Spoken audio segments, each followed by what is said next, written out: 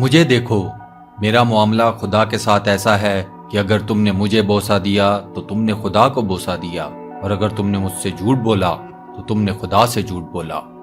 میں جب خدا کے سامنے اپنے گناہ رکھتا ہوں تو وہ تم لوگوں کے گناہوں کی طرح نہیں ہوتے، چھوٹے موٹے جن کی کوئی وقت نہ ہو۔ میرے گناہ یہ حق رکھتے ہیں کہ انہیں معاف کیا جائے۔ یہ الفاظ ہیں اس شخص کے جس نے اپنی جادوئی طاقتوں سے پورے روس کو اپنا مرید بنا لیا تھا۔ اس ایک شخص نے ملکہ روس سے لے کر شاہی خاندان اور امراء و شرفاء کی ایک عورت نہ چھوڑی جس سے اس نے زنا نہ کیا ہو۔ اگر دنیا میں شیطان کے پیروکاروں اور اس کی تبلیغ کرنے والوں کی کوئی فہرست بنائی جائے تو اس شخص کا نام شروع کے کچھ ناموں میں ضرور لکھا جائے گا۔ اپنی شیطانی اور جادوئی طاقتوں سے یہ شخص لوگوں کی ذہنی اور جسمانی بیماریاں تک ٹھیک کر لیتا تھا۔ السلام علیکم دوستو، اسٹوڈیو ون کی ایک اور منفرد علمی اور معلوماتی ویڈیو میں آپ سب کو خوش آمدید۔ دوستو، ہماری آج کی ویڈیو پچھلے 1000 سال کے سب سے بڑے جادوگر راسپوٹین کے بارے میں ہے۔ کہتے ہیں کہ دنیا نے جادو کے ذریعے انسانی دماغ کو کنٹرول کرنے میں راسپوٹین سے بڑا کوئی ماہر نہیں دیکھا۔ ویڈیو میں آگے بڑھنے سے پہلے ہم آپ سب دوستوں سے یہ گزارش کرتے ہیں کہ جن دوستوں نے ابھی تک ہمارے چینل کو سبسکرائب نہیں کیا وہ ضرور سبسکرائب کر لیں۔ راسپوٹین کا پورا نام گریگور یفیمووچ راسپوٹین تھا۔ راسپوٹین سائبیریا کے ایک چھوٹے سے گاؤں پوکروفسکویے میں پیدا ہوا۔ راسپوٹین کا باپ ایفیم ایک کسان تھا اور کبھی کبھی حکومتی لوگوں اور دیگر سامان کو دوسرے قصبوں میں پہنچانے کے لیے ٹانگا چلانے کا کام بھی کرتا تھا۔ راسپوٹین کی ماں کا نام اینا پرشکووا تھا اور وہ ایک عام گھریلو دیہاتی خاتون تھی۔ راسپوٹین اپنے ماں باپ کا 8واں بچہ تھا۔ اس سے پہلے پیدا ہونے والے 7 بچے بچپن ہی میں فوت ہو گئے تھے۔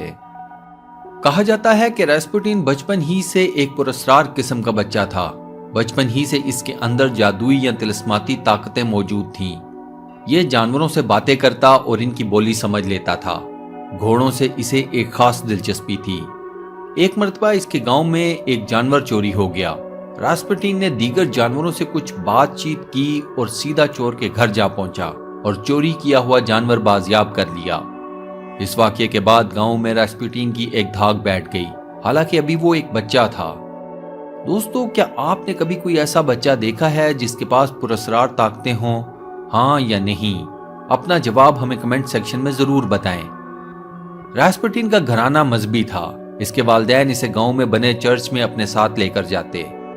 چرچ میں جانے سے راسپوٹین کو عیسائیت مذہب کا پتہ چلا اور بعد میں اسی مذہب کو اس بے شرم انسان نے اپنا ہتھیار بھی بنایا۔ جوں جوں راسپوٹین بڑا ہوتا گیا، اس نے شراب نوشی، چوری چکاری اور اوباش گیری شروع کر دی۔ اس کے والدین نے اسے کافی سمجھایا بجھایا، مگر راسپوٹین نہ مانا۔ نہ ہی اس نے کوئی تعلیم حاصل کی اور نہ ہی اس نے کوئی ہنر سیکھا۔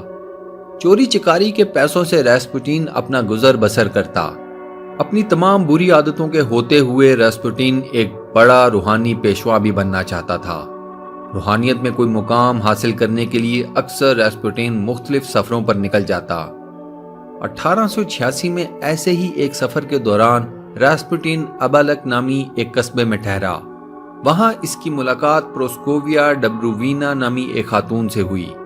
دونوں میں تعلقات بنے اور فروری 1887 میں راسپوٹین نے 18 سال کی عمر میں ڈبرووینا سے شادی کر لی۔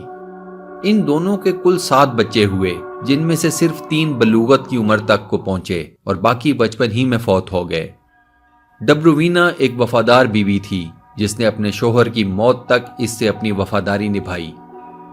راسپوٹین اپنی بیوی کے مقابلے میں اتنا ہی بدکردار شخص تھا۔ شادی کے بعد بھی نہ ہی اس نے شراب چھوڑی اور نہ ہی عورتوں سے زنا۔ گاؤں کی زیادہ تر عورتوں کے ساتھ راسپوٹین کے جسمانی تعلقات تھے۔ تاریخ نویس لکھتے ہیں کہ اگر راسپوٹین عورتوں کا شیدائی تھا تو روس کی عورتیں بھی اس کی دیوانی تھیں۔ اس دیوانگی کی سب سے بڑی وجہ راسپوٹین کی مردانگی تھی۔ راسپوٹین صرف شیطانی علوم کا ماہر نہ تھا، بلکہ وہ بستر میں عورت کو مطمئن کرنے کا فن بھی اچھی طرح جانتا تھا۔ جو عورت ایک مرتبہ راسپوٹین سے جسمانی تعلق قائم کر لیتی، اس کے بعد وہ راسپوٹین پر ہر طرح سے مر مٹتی۔ دوستو، کیا واقعی ہی میں راسپوٹین کی مردانگی نے اسے عورتوں میں بے حد مشہور کر دیا؟ ہاں یا نہیں؟ اپنا جواب ہمیں کمنٹ سیکشن میں ضرور بتائیں۔ 1897 میں صرف 28 سال کی عمر میں راسپوٹین نے گھر بار، بیوی بچے چھوڑے اور روحانیت اور عیسائیت میں کوئی مقام حاصل کرنے کے لیے مختلف یاتراؤں پر نکل کھڑا ہوا۔ راسپوٹین مختلف چرچوں میں رہا، کئی پادریوں اور راہبوں سے اس نے عیسائیت سیکھی۔ ورخطوریے کی درسگاہ میں راسپوٹین نے کئی ماہ گزارے۔ ماکرے نامی ایک راہب نے راسپوٹین کو عیسائیت کی الف سے یہ تک اسی درسگاہ میں سکھائی۔ لکھنا پڑھنا راسپوٹین نے یہیں پر سیکھا۔ تاریخ نویس لکھتے ہیں کہ ایک دن راسپوٹین نے اچانک سے یہ درسگاہ چھوڑ دی۔ اس نے وہاں رہنے والے چند بڑے راہبوں پر الزام لگایا کہ وہ لوگ ہم جنس پرست ہیں۔ وہ لوگ اپنے پیروکاروں کو کہتے ہیں کہ ہم جنس پرستی ایک برا عمل ہے، جبکہ وہ لوگ یہ کام خود ایک راہب ہو کر بھی کرتے ہیں۔ راسپوٹین نے یہ درسگاہ چھوڑی اور سائبیریا کے جنگلوں میں نکل گیا۔ ایک لمبے عرصے تک راسپوٹین سائبیریا کے جنگلوں میں تنہا رہا، جو کہ ایک ناقابل یقین بات ہے۔ اس کی وجہ یہ ہے کہ سائبیریا کے جنگلات دنیا کے چند خطرناک ترین جنگلات میں سے ایک ہیں۔ یہ گھنے جنگل ایک تو بے حد سرد علاقے میں ہیں، دوسرا وحشی اور خونخوار درندوں کی ایک بہت بڑی تعداد ان جنگلات کی باسی ہے۔ کہتے ہیں کہ اسی عرصے میں اور انہی جنگلوں میں راسپوٹین نے کسی انسان یا پھر کسی اور مخلوق سے کئی شیطانی علوم سیکھے۔ کچھ تاریخ دانوں کے بقول یہی وہ شیطانی علوم تھے جن کی بدولت راسپوٹین سائبیریا کے خوفناک جنگلات میں ایک لمبے عرصے تک زندہ بچا رہا۔ سائبیریا کے جنگلات میں ایک طویل عرصہ گزارنے کے بعد راسپوٹین اپنے گاؤں واپس آ گیا، لیکن اب وہ پہلے والا راسپوٹین نہیں تھا۔ اس کی شخصیت میں ایک بہت بڑی تبدیلی آ چکی تھی، جسے سارے گاؤں نے فوراً سے محسوس کر لیا۔ دوستو، یہاں سے راسپوٹین کی شہرت کا سفر شروع ہوتا ہے۔ راسپوٹین نے شراب چھوڑ دی، اس نے گوشت کھانے کو بھی خیر آباد کہہ دیا اور صرف سبزیاں کھانے لگا۔ اس نے گاؤں میں تبلیغ شروع کر دی۔